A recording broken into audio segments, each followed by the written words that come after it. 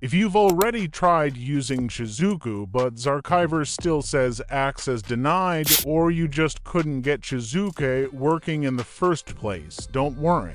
A lot of people had success with my previous Shizuku tutorial, but I've also seen plenty of comments from users running into different issues.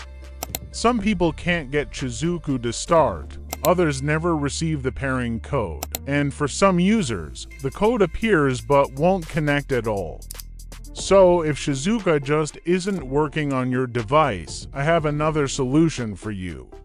In this video, I'll show you an alternative setup that gives you the same result. Instead of using Shizuku, we'll use iAdb, and instead of ZArchiver, we'll use Xfile Manager. Let's jump right into it. First, install iAdb from the Google Play Store. Once you open the app, you'll see a screen like this. The setup process is very similar to Shizuku, so if you've used Shizuku before, this should feel familiar. The app even includes its own built-in setup guide.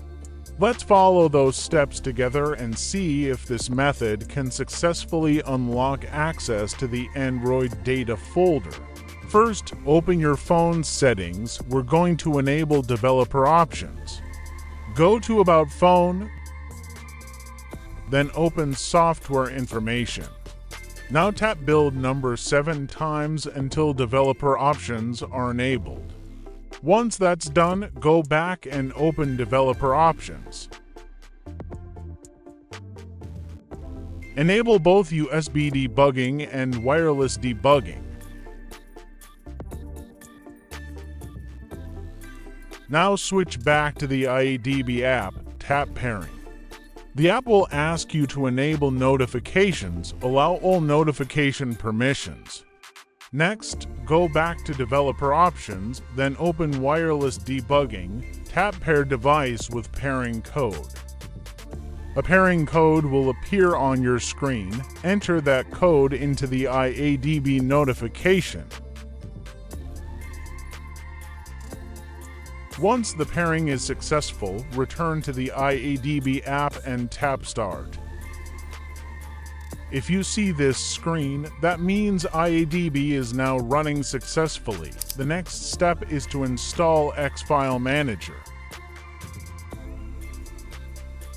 After installing it, make sure to grant the all files access permission when prompted. Now everything should be ready.